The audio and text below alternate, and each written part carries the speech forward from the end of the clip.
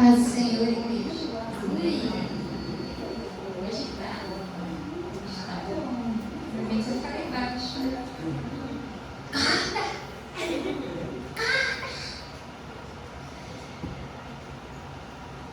3-1.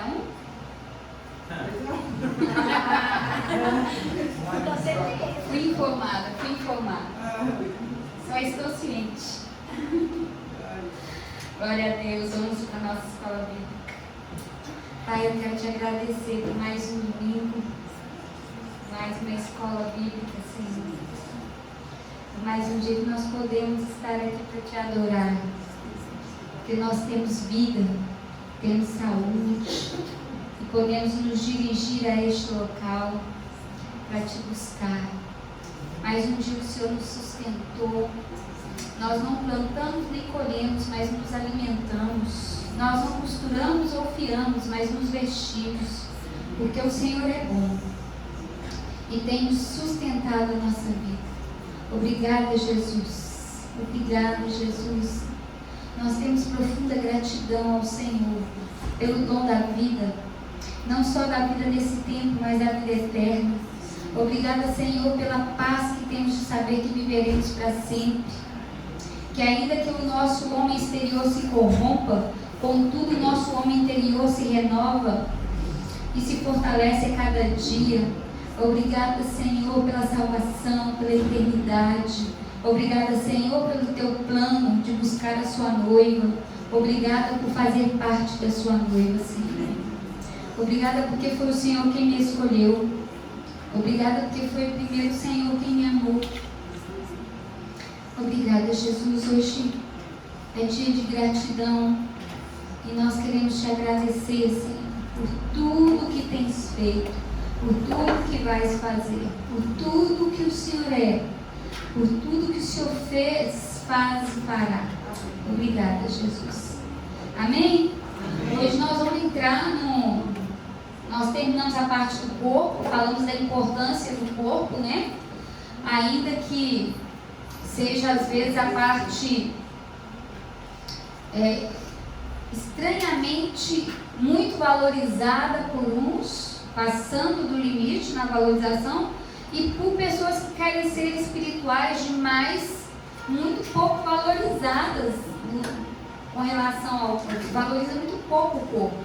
E nós precisamos ter um equilíbrio. O corpo é a forma que o Senhor deu para que nós pudéssemos comunicar nesse mundo material, né? E o corpo é importante, cuidar do corpo é importante, como vimos na célula dessa semana, né? Não teve escola bíblica, porque a gente estava em viagem missionária, mas essa semana nós falamos da importância de cuidar bem do corpo. E assim, da mesma forma, nós devemos cuidar bem da nossa alma e do nosso espírito, né? Porque nós somos 3 partes: espírito, alma e corpo. Se o nosso corpo estiver doente, com desequilíbrios de metais, com desequilíbrios hormonais, isso pode abater até a nossa alma. Isso pode levar a abatimento da nossa alma. Então o corpo ele é importante, mas não é a única coisa. Vivemos numa sociedade que se importa demais com a aparência do corpo e pouco se importa em ter uma alma bonita. Pouco se importa em ter atitudes bonitas, né? Toda a preocupação é com a opinião dos outros e aquilo que os outros só podem ver. As pessoas só podem te olhar por fora. A única pessoa que te conhece por dentro é o Senhor. A única pessoa que realmente conhece, que vai no coração das pessoas, é o nosso Deus. As outras pessoas podem nos julgar por fora. Às vezes por fora estamos bem, estamos arrumados, mas por dentro totalmente despidos, totalmente sujos, não é? Então nós precisamos de um equilíbrio para que toda a nossa vida, para que todo o nosso ser, né, como a gente canta, com todo o meu ser, com tudo o que sou, sempre te adorarei, né? Com todo o meu ser, com tudo o que sou, ou seja, meu corpo, minha alma e espírito, né, adoram ao Senhor. O corpo tem uma manifestação de adoração, dança, né? O trabalho, isso tudo são executados pelas mãos, os pés, né? O corpo. Mas existe uma adoração que nasce da alma, essa muitas vezes nasce da emoção que nós estamos sentindo, da música que está sendo tocada, e aquilo nos emociona. E existe ainda a adoração que Deus procura, né? Os olhos do Senhor estão sobre toda a terra a procurar alguém que o adore em espírito e em verdade. Então, o nível mais profundo de adoração não é nem no corpo, nem na alma, é no espírito. E para adorar no espírito, nós precisamos entender esse mecanismo. Então, nós já entendemos, o corpo é um boneco de barro que foi formado do pó da terra. A mulher não, a mulher sim, porque ela sai do homem, porque ela é o mesmo material. É o mesmo material. Tanto que ela não tem um outro sopro. Não tem um sopro em ela. O mesmo sopro que havia em Adão está sobre ela. É a mesma vida, tá? E quando acontece, então, Deus forma aquele corpo morto, né? Aquele corpo sem vida. Deus sopra. E é isso que nós vamos começar a estudar. O que nasce do encontro do espírito com o material. Uma coisa nova que não existia até então. Porque Deus é espírito. Os anjos são espíritos. A nossa criação deu origem à alma. Nós somos alma. Nós somos alma. Anjo não tem alma. Eles são espíritos ministradores. Nós somos alma. Temos um corpo e um espírito. Mas você é uma alma. Repita comigo. Fala assim com o irmão que está ao seu lado. Você é uma alma. Você é uma alma. Você é uma alma. Amém? E tem um corpo. Porque se você não tivesse um corpo, você não tinha mais autorização para estar na terra. Quando o corpo morre, quando essa máquina que nós habitamos cai, esse tabernáculo termina a sua queda, né? Porque quando a Eva comeu, o corpo ficou impregnado, o DNA foi modificado pelo pecado e o corpo passou a envelhecer e morrer. Você pode ver que tem doenças que nascem, as pessoas nascem com aquela doença. É do DNA, que foi tocado pelo fruto do pecado. Ela literalmente comeu algo. E aquilo modificou o nosso DNA, que agora passou a envelhecer e morrer e adoecer. Infelizmente. Isso está na programação do corpo. Mas nós vamos receber um corpo novo, um corpo glorioso, um corpo que não adoece nem envelhece. Nunca mais, né? Onde todo mundo vai vestir 38. Não haverá. Não, eu não vou vestir tuniquinha comprada na C&A, na seção infantil mais. Eu vou poder comprar lá nos adultinhos, né? Vai ser muito bom para mim, né? Nunca mais batinha 34. Chegaremos à estatura, né? Vamos ser altos, estatura do varão perfeito. Ninguém mais vai ser chaveirinho. Vai poder dirigir as nuvens celestiais sem ficar escondido atrás do volantinho. Na glória. Ai, quanta besteira. Então nós já falamos do corpo, né? E agora nós vamos falar de quem? É dela mesma. Nós vamos falar de você, da sua alma. Passa para mim ali, primeiro. Então formou o Senhor.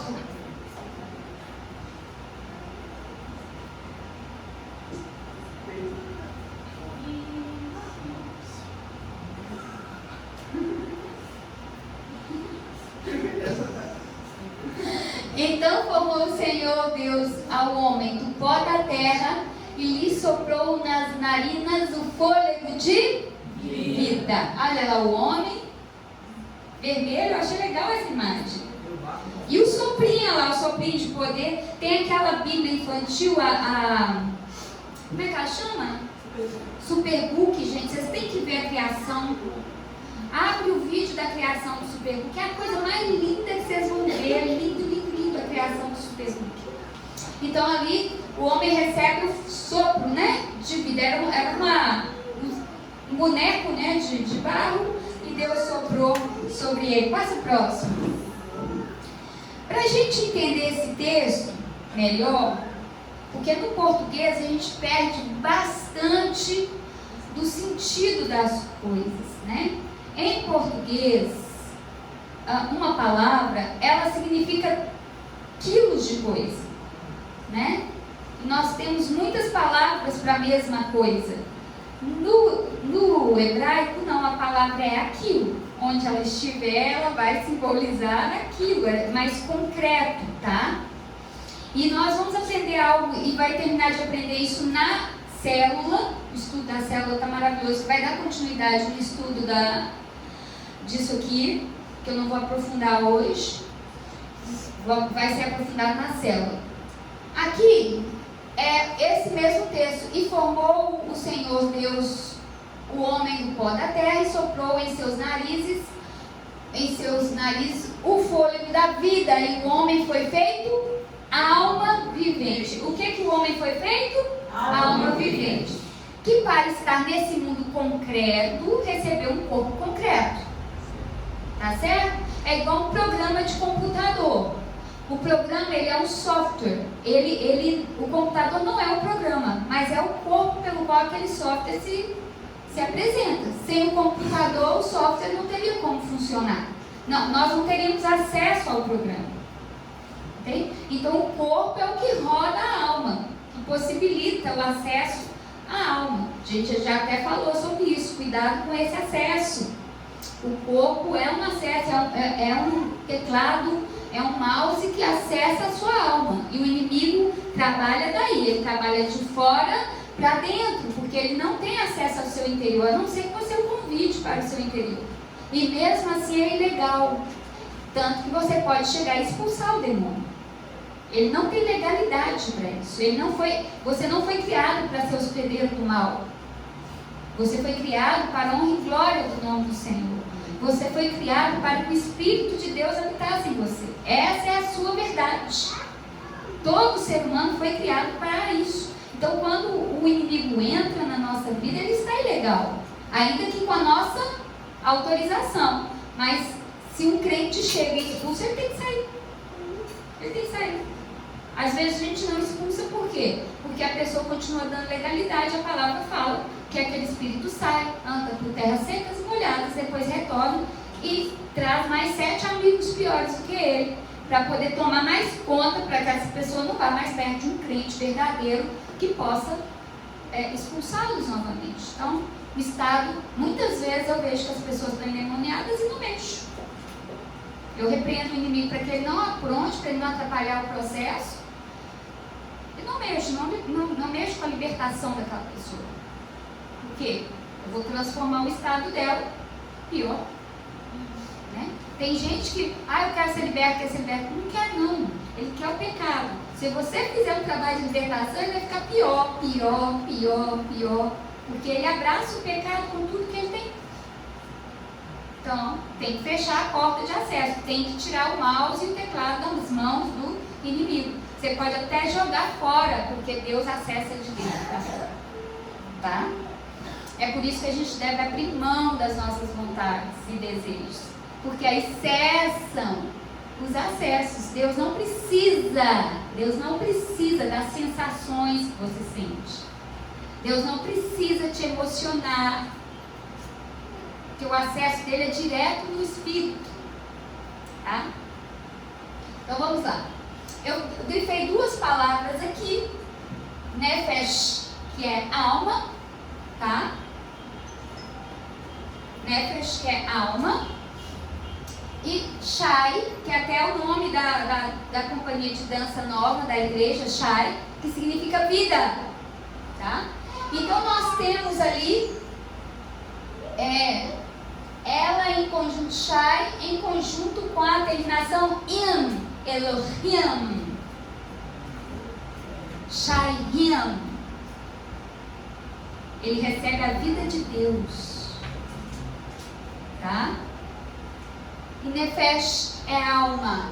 Ali, você vê Shai de novo ali, ó, vivente, tá vendo? Ó? Vou te falar qual é o símbolo Shai. O símbolo Shai é esse aqui, ó. Esse é o símbolo. Tá vendo ele lá de novo? Ó? Aquele é o símbolo. Onde você vê, tem até um colar. Shai. Isso para os judeus é muito importante. Eles têm colar de ouro para Shai. Eles agora com essa guerra, eles falam Israel Shai. Né? Israel vive. É muito importante para eles a vida para o judeu tem um sentido muito mais importante que para a nossa cultura. A nossa cultura é mais ligada ao possuir do que ao viver. A cultura deles é mais ligada ao viver do que ao possuir. Você pode observar, em Israel tem algum prédio famoso, super alto, cheio de luxuosidade, essas coisas? Não tem. Mas você vai nos Emirados Árabes, eles ficam concorrendo com carros suntuosos, com não sei o que, não sei o que. Olha a diferença cultural.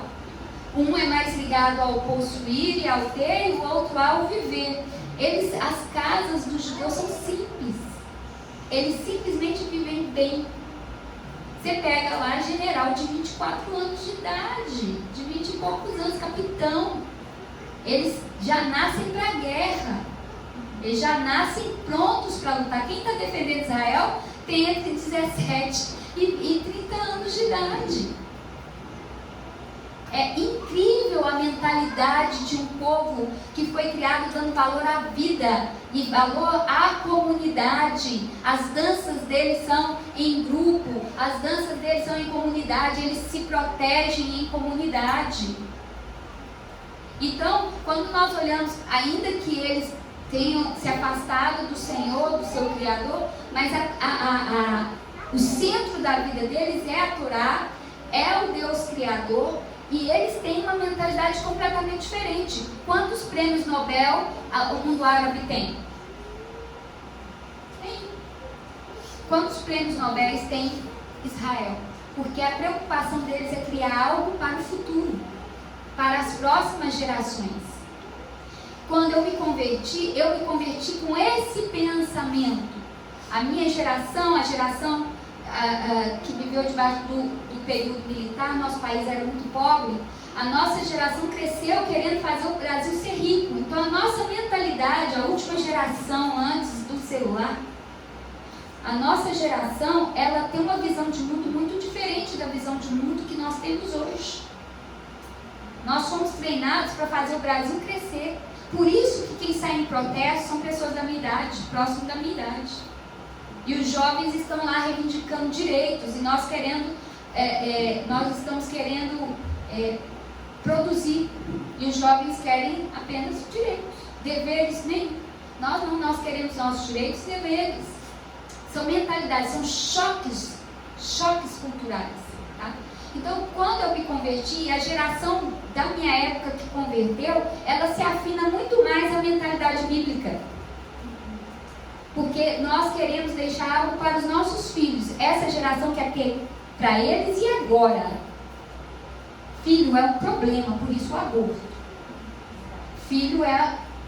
Não vou deixar nada para ninguém. Eu quero ser feliz, eu vou viver a minha própria vida, eu quero ter, eu quero isso. Tudo voltado para o eu. Não é?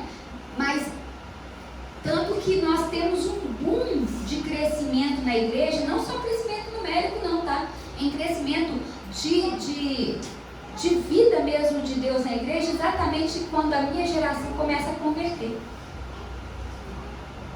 Foi exatamente quando a igreja do Senhor começou a ficar forte. Tá?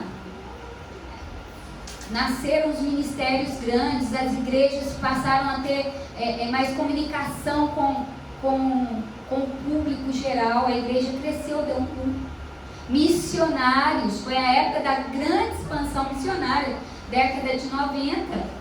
Chega aqui jovens como Missão Horizontes, né? Portas Abertas, todas essas para-eclesiásticas vão chegar, vocês podem ver, a partir de 85 para lá. Eu estava com 15 anos em 1985. 15? 12. 73, estava com 12. Estava com 12 anos no ano do cometa, o ano das direta já, o ano da Constituição e o ano que a igreja começa a crescer no Brasil. Tá? Um pouco de história para vocês entenderem. Então, quando você vai ler sua Bíblia, você precisa se transportar para procurar saber a cultura de quem escreveu, a mentalidade de quem escreveu. Porque se você ler com a sua mentalidade, ela não fará sentido algum. E a gente ainda tem outra barreira, a tradução para o português. Porque em português, para uma só coisa, a gente tem várias palavras, chamadas sinônimos. Não, no hebraico não, aquela palavra é aquilo. Onde tiver aquilo, vai aparecer ela aqui, ó. Olha o pedacinho aqui. É indubitável. Sempre será vida isso aqui. Onde ela aparecer. Esse conjunto de desenhos, não tem como. É vida. Entende? Então, no hebraico nós temos que vivente, shayah, lenefesh, que é alma, e shayriam, vida. Tá? Gravar essas palavras são importantes para nós. Passa o próximo. Tá. Alma, o valor da vida de Cristo em nós. Vocês vão aprender algo hoje que talvez ninguém aqui sabia. Isso é coisa nova. Coisa nova, coisa nova, coisa nova. Tá? Eis que faço algo novo. Então formou o Senhor Deus ao homem do pó da terra e lhe soprou nas narinas fôlego de vida. Está lá, repetir a palavra. E o homem passou a ser alma vivente. Gênesis 2:7, ok? Hebraico. Olha lá, o símbolozinho. O tracinho M, Shai. Vida. Tá? Que significa vida. No texto original está escrito assim, olha. Olha, o desenho é diferente, tá vendo? Está no plural. Aqueles outros símbolos ali significa que é plural. Então o homem passou a ter várias vidas, não apenas uma vida. Você recebeu vidas. Vidas. Quando Deus soprou, aconteceram 3 vidas simultaneamente. A vida do corpo, a vida da alma e a vida do espírito. Não apenas uma vida. Então, quando Deus sopra, Ele não sopra apenas uma vida, não é só seu corpo, como nós temos a sensação que está vivo é nosso corpo. Não, não só o seu corpo está vivo. Você tem uma alma e tem um espírito, os 3 estão vivos simultaneamente. Então, quando Deus sopra, você recebe vidas.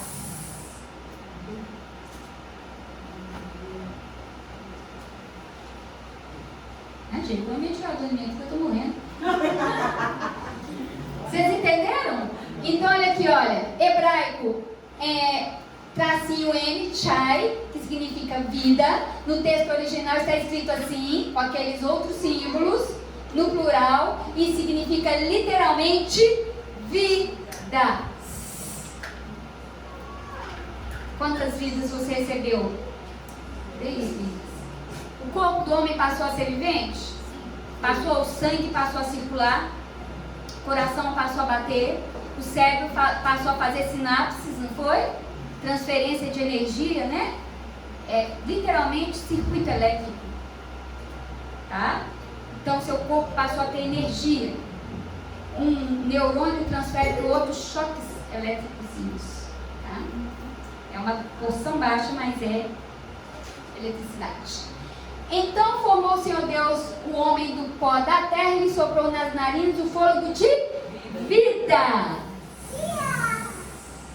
Vidas. O homem passou a ser, então, alma vivente. Qual a única vida nova que tem ali? A criação nova que nós temos ali? A alma. Tá? A alma. Passa o próximo. Antes de eu passar, eu vou dar uma adiantada preocupada na célula até por causa dos professores, dos líderes de célula. Deixa eu te falar uma coisa. A morte, a palavra morte, ela aparece sempre no singular. Tá? Você não sofre várias mortes. O salário do pecado é a morte, no singular. No singular.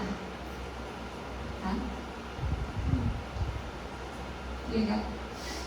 E nesse aspecto, a Bíblia deixa claro que o poder da vida é muito superior ao da morte. Quando o homem pecou, a morte só pôde alcançar ele ao nível do...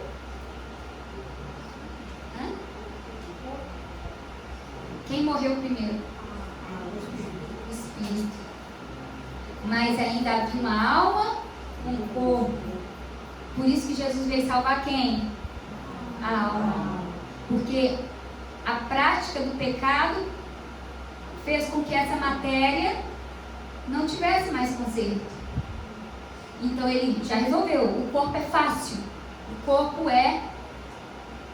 como fala, ele é importante. Não quero que vocês não esqueçam disso. Temos que cuidar do templo. Temos que cuidar do corpo.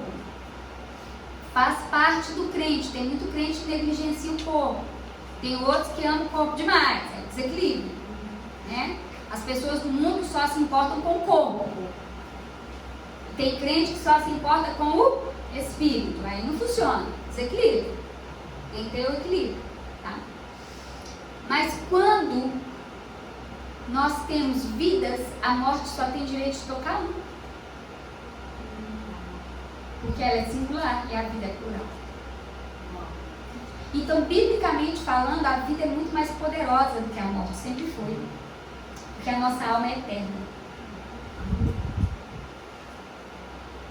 A nossa alma é eterna. Por isso nós devemos pregar sobre a eternidade para as pessoas. E por que as pessoas não ouvem? Porque elas estão ligadas no corpo e no mundo material. Elas jamais vão se preocupar com a alma. Elas nem sabem que tem uma. Tudo que elas enxergam é corpo. São posses. São o aqui e agora. Mas nós pregamos a eternidade. A nossa pregação não é para você viver bem aqui.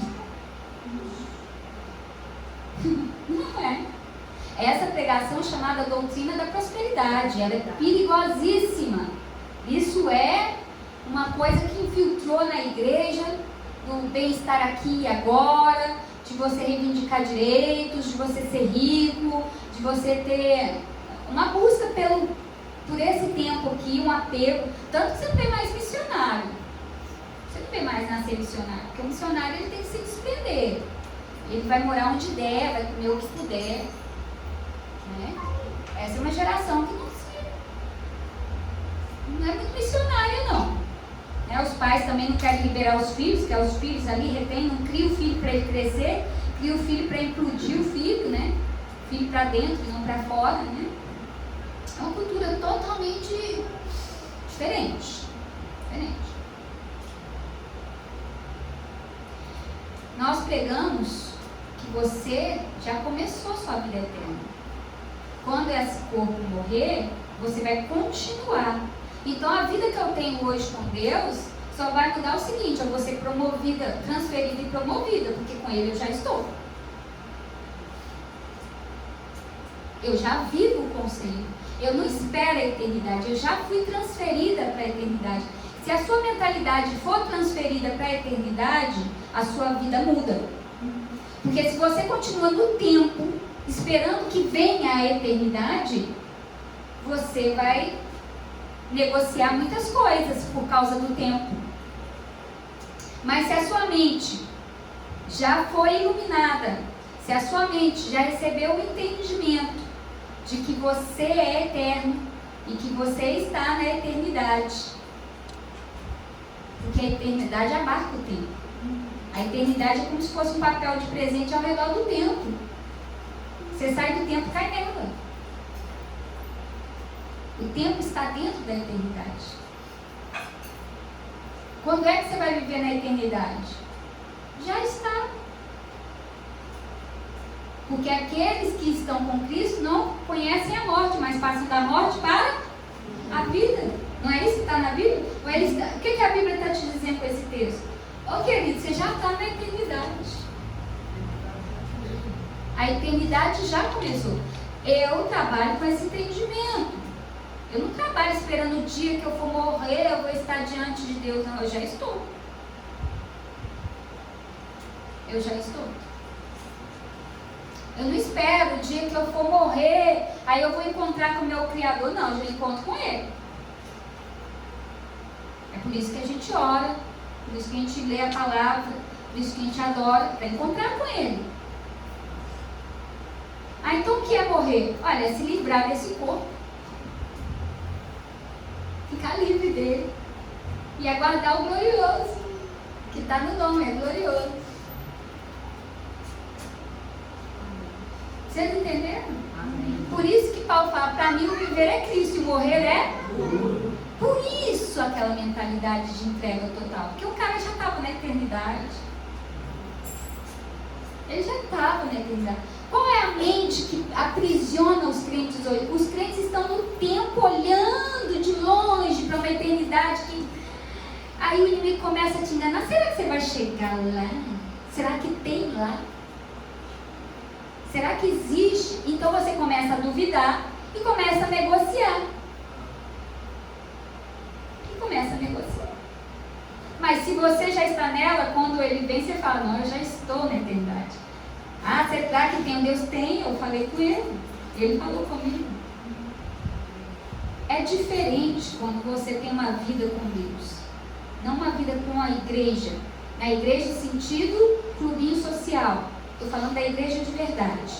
Da igreja que opera no meio das denominações. Da igreja de verdade. Existe uma igreja de verdade. Existem crentes de verdade. Existem pessoas que têm relacionamento com Deus de verdade. A nossa expectativa de trabalho dentro do corpo é que todos passem até essa vida. Mas é uma escolha pessoal. Cada um vai ter aquilo que está buscando. Amém? Amém. Ok. Então, vamos falar aqui, meu Deus, eu comi minha aula toda falando disso. Eita, nem entrei na alma ainda. Né? Mas é importante que vocês entendam que a sua alma é eterna. A morte toca o seu corpo, mas a sua alma tem que ir para algum lugar. E é por isso que Jesus veio para salvar a alma. Porque quando o homem pecou, ele morreu espiritualmente. A alma que pecar, certamente morrerá. Mas o que dela morrerá? Quantos estão entendendo isso aqui? A morte realmente veio. Era para esse corpo não adoecer. Era para a gente viver num jardim de Deus, expandindo esse jardim pela terra. Alguém outro dia fez uma observação muito interessante. A gente comeria carne? Não era necessário, não havia pecado. Não precisaria de sangue. Quando você come carne, não tem sangue. Tanto que você vai fazer trabalho espiritual, você tem que comer carne, você fica fraco. Por causa da fraqueza desse corpo diante do mundo espiritual. Ele enfraqueceu. Você vê um João da vida, encontrou com o Senhor, caiu duro. Não aguenta o mundo espiritual. Nosso corpo simplesmente não aguenta o mundo espiritual. Daniel caiu como morto, ficou enfermo, dias de cama. Por causa da visão da pessoa com que ele conversou. Ficou de cama. Lê sua Bíblia com atenção, você vai achar isso lá. Porque esse corpo aqui não aguenta. E conversava com o pai assim, ó, direto. 6 horas da tarde, na viração do dia, Deus vinha e ficava batendo papo com Adão, com Eva. Olha a morte que o pecado veio trazendo. Né? E olha como que é maravilhoso isso que Deus criou. O nosso corpo é maravilhoso, o funcionamento, né? Do nosso corpo. O coração bate desde o primeiro momento até o último. Que coisa linda, o sangue circula. Às vezes, quem já ficou internado sabe o valor que é um corpo funcionando bem. Às vezes, para você sair do hospital, você tem que ir ao banheiro. Enquanto você não vai, você não pode sair. Então, quando eu fiquei internada, eles ficaram, enquanto você não for ao banheiro, você não pode sair. Então, muitas vezes eu estou funcionando muito bem. Eu falo, Senhor, muito obrigada pelo funcionamento do corpo que o Senhor me deu. Eu sempre agradeço. Adoece tão pouco, 50 anos já de uso, e tá bom ainda. Vamos amassar na lataria, seja uma tinta, né? Funcionaninho. Ai, Deus. Não é não? Tá. Então vamos falar o que é a alma. Para a semana que vem eu termino essa parte aqui com vocês. A alma, em grego, psique, tá? Grego já é o Novo Testamento, tá? Nefesh é no Antigo Testamento, e no grego, que é o Novo Testamento, é psique, psicólogo, tá?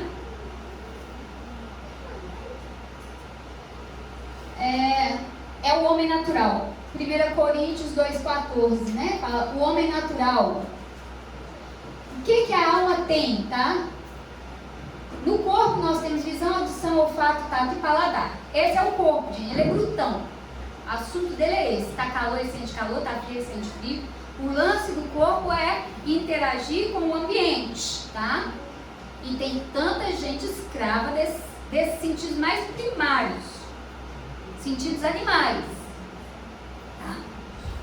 E o inimigo entra por aí. Tanto que você vê, quando você vai se convertendo e vai se santificando, você olha certas ações que as pessoas não têm, você olha assim e você fala, parece mesmo um animal. Não tem lógica, é feio, é bruto, sem nenhuma... É bruto, é grosso, é grosseiro, né? É grosseiro, chega a ser grosseiro, né? Pornografia é uma coisa grosseira, perversa, bruta. Não tem nada de bonito naquilo. Nada de bonito.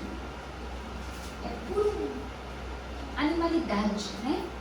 Então, visão, audição, olfato, tato e paladar. Já na alma, que é um perigo, há o perigo do crente almático. E nós vamos ter que conversar bastante. Eu vou gastar umas 4 aulas para a gente poder decidir se a gente vai ser crente almático ou espiritual. Porque a igreja de hoje é almatiquérrima. E a alma, cara, ela é bacaninha, entendeu? Ela tem uma coisa assim do sentimento. Ela tem uma coisa assim do pensamento. Então ela é quase uma coisa filosófica, assim, sabe? É um Platão, né? É um Sócrates da vida. É uma coisa assim, entendeu? Você se sente muito. Quanto mais almático, mais você pensa que é. Ah, loucura. Aí a gente vai saber. É mesmo, o espírito é a alma. Vou te falar, os sintomas são tão diferentes. São tão diferentes. Completamente diferentes, tá? A alma é a sede do pensamento, do sentimento, da vontade, da consciência e da razão. Tá? Então, eu senti de fazer. Vamos ver de quem que você sentiu, da alma, do Espírito Santo. Mas eu penso assim, acredito, você tem uma alma, você pensa mesmo, queridos. Né? Consciência de si mesmo. Eu sou um lixo, eu não presto. Consciência está na alma, isso é sua alma falou. Eu sou demais, sou melhor que todo mundo. Sua alma também. A alma tem a autoconsciência, também conhecido como ego. Na alma habita o ego. A alma é que te diz quem você é. Dependendo dos acessos que você teve na sua vida, as pessoas de fora conseguiram imprimir na sua alma uma impressão, tá? Te falando quem você é, o que você pode, o que você não pode, o que você vai conseguir, o que você não vai conseguir.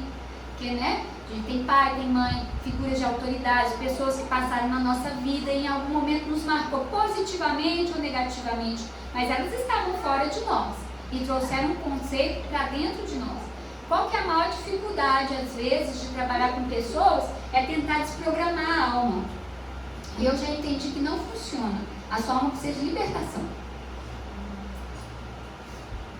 Não tem como você tentar reprogramar o disco de uma pessoa que precisa ser formatado.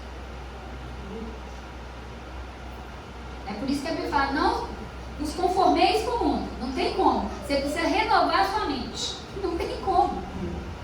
O que a gente às vezes fica fazendo como líder é tentar melhorar as pessoas de quem? Isso é alma. A gente vai trabalhando a nível de alma das pessoas. Mas a igreja tem que fazer um trabalho mais espiritual. Por isso nós precisamos de uma liderança mais espiritual. Uma liderança almática provoca isso aí. A igreja lutando seus próprios pensamentos, sentimentos, vontade. Aí eu estou com vontade, eu faço. Não estou com vontade, eu não faço. Aí a gente aprendeu que a vontade está na alma. Como é que fica isso? Eu senti de fazer, eu faço. Eu não senti de fazer, eu não faço. Peraí, vai sentir da onde, Camafeu? O que está na Bíblia sobre isso? Quem é teu guia? Quem está te guiando? Seus pensamentos? Então ficou fácil te manipular. É igual descobriram. É mais fácil corromper 11 pessoas do que 584. Estou falando do STF do Congresso. Pararam de comprar o Congresso e compraram o STF. São só 11. Mais fácil, vai comprar 11 pessoas. Essas 11 pessoas descobrem os podres dos 584 que já foram comprados no passado. Ficou fácil. O Brasil está de joelhos por causa de um cara. Então, se o inimigo tem esse entendimento, é muito fácil ele te comprar e vai direto no seu pensamento. Ele vai te manipulando até que você pense e sinta de acordo com o interesse dele. É muito mais fácil do que ele lidar com você espiritual. Ele te compra na sua alma. E é por isso que ele causa traumas, abuso, espancamento, palavras duras. Aí ele divide famílias, tira o pai da casa, para a criança crescer sem estrutura de pai e de mãe dentro de casa, porque gera uma proteção, um casal, né? Um casal que se ama, os filhos vendo o pai e a mãe se amando, eles crescem com aquele senso de proteção imenso ao redor deles. Então o que ele vai, ataca a família, destrói a figura do pai, detona a figura da mãe. Porque ele precisa disso para te sabotar. Então ao invés de ele ficar sabotando um por um, ele sabota tudo que protege a sociedade. Ele vai contra tudo que protege a sociedade. Ele vai contra a família. Entrou nas escolas. E sim, ele trabalha um por um, vai fazendo também, porque o cara é trabalhador. Nós não, a igreja muitas vezes tem seus feriados próprios, né? Mas o diabo ele não para. A gente para. Sentiu, para. Sentiu, volta. Pensou, faz. Pensou diferente, não faz. É guiado totalmente pela alma. Você precisa ser guiado pela palavra de Deus. O que a palavra de Deus diz?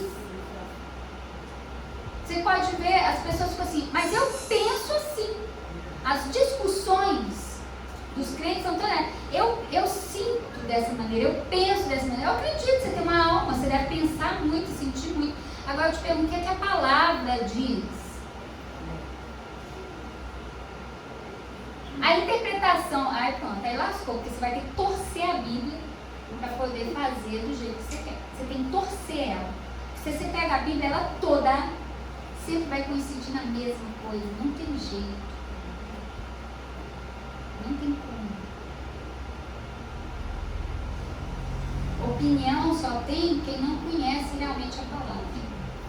Quem realmente estuda a palavra para se adequar a ela e não adequar a palavra a ele, não tem isso. Vocês estão entendendo isso? Amém? Então nós vamos segurar o corpo aqui, está na hora. A nossa alma tem nela o que, gente? Pensamento? Onde você pensa? Onde você pensa, gente? Na alma. Na alma, né? Sentimento? Na alma. Vontade? Na alma. Consciência? Na alma. Razão? Na alma. Ok. Tudo isso é alma. Não são aonde você procura se apoiar muitas vezes?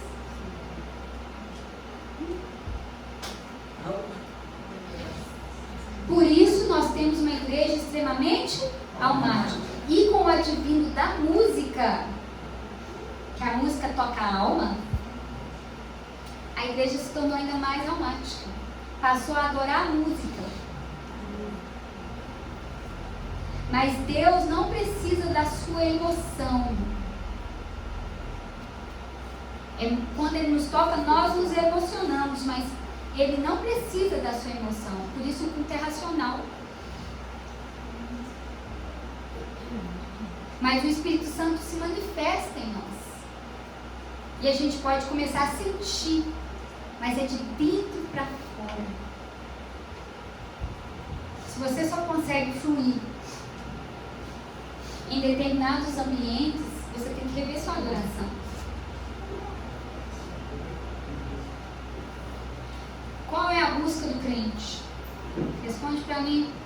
Qual é a missão do crente? A missão? Qual é a missão do crente? Hã? Eu não ouvi nada. Se tornar espiritual. Você acorda de manhã e pede: Senhor, liberta-me disso. A nossa busca todos os dias é nos aproximarmos mais de Deus e sermos guiados pelo Espírito de Deus. E aí nossa pregação será assim, a nossa adoração será assim. Mas como meu pastor querido Cirilo fala, olha, eu prefiro que comece adorando na carne e termina no Espírito, que começar no Espírito e terminar na carne. Então, não importa o seu estado hoje, daqui a 10 minutos vai começar o culto.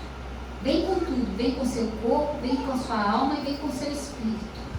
Mas tenha isso na sua mente. Tenha isso na sua mente. Você tem um espírito e você precisa começar a relacionar mais com ele. Você precisa começar a ouvir mais.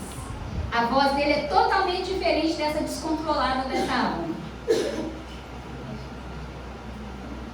Amém? Amém. Pai, eu te agradeço por essa escola e peço ao Senhor, ó Pai, que nos transporte mesmo para um ponto mais profundo.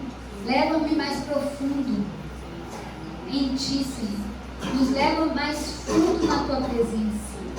Nos tira, ó Pai, das camadas mais externas do nosso ser e nos leva a aprofundar nas camadas mais internas do nosso ser. Leva-nos, ó Pai, para dentro, para o Santo dos Santos, aonde Tu estás. Tu não estás nem no átrio, nem no santo lugar, mas o Teu Espírito habita no Santo dos Santos. Meu Deus, nós queremos entrar no Santo dos Santos. Nós queremos entrar, ó Pai, caminhar nesse sentido. Sabemos que temos que passar pelo átrio, sabemos que precisamos passar pelo santo lugar. O átrio é o nosso corpo, o santo lugar é a nossa alma, mas nós queremos chegar ao Espírito, ó Pai, que é o Santo dos Santos. Em espírito e em verdade nós queremos Te adorar. Nos ajuda, ó Pai, nós confiamos nisso, confiamos que esse é o Seu trabalho. Espírito Santo de Deus, nós Te convidamos, Te damos liberdade, faz o Teu trabalho, nós nos entregamos em fé, confiando que essa obra é Tua. Homem nenhum pode fazer. Essa obra pertence ao Senhor, Espírito Santo. Por isso, seja bem-vindo aqui neste lugar. Por isso, queridos, em nome de Jesus, vocês têm aí alguns minutos para orar individualmente. Comece a falar com o Espírito Santo e a pedir a Ele ajuda. Só o Espírito Santo, outra coisa, só o Espírito Santo faz essa obra. Ninguém pode se salvar, nós somos salvos. Nós somos dependentes dele. Quanto mais dependentes dele, mais profundo nós vamos. Não confia na força do seu próprio braço. Não se inscreve no seu próprio entendimento. Mas tenha fé que aquele que começou a boa obra, ele mesmo vai terminar. Comece a ter fé em Deus. Comece a ter fé em Deus. Não é você que faz Deus se mover, é Deus que te move. Comece a inverter esse padrão. Comece a confiar no Senhor. Comece a se entregar a Ele de todo o coração. Confia nele e o mais Ele fará. Amém? 7 minutinhos aí para orar. Põe lá a plaquinha do silêncio para nós.